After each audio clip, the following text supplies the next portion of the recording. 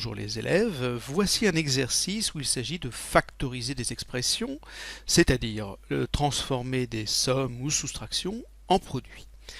Alors ici, le f et le g sont d'un niveau plus difficile que ce que nous avons déjà rencontré.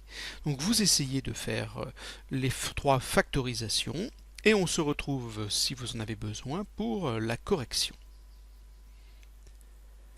Alors pour le premier e, vous savez que quand on veut factoriser, il s'agit d'abord de regarder combien on a de termes dans nos expressions.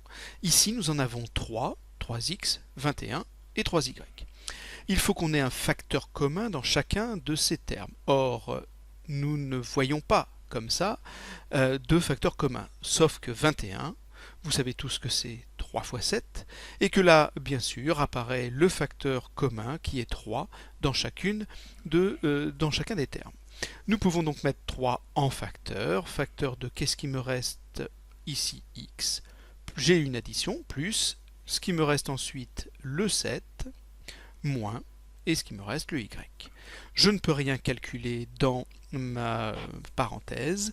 Je m'arrête là, j'ai factorisé l'expression e. Pour le f, je regarde aussi combien j'ai de termes, j'en ai 2.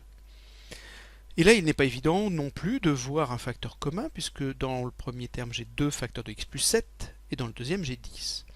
Mais 10, je peux là aussi le décomposer par un produit. 10, c'est 2 fois 5. Là, maintenant, je vois que j'ai bien un facteur commun qui est le 2. Je vais donc pouvoir mettre le 2 en facteur. En facteur de quoi?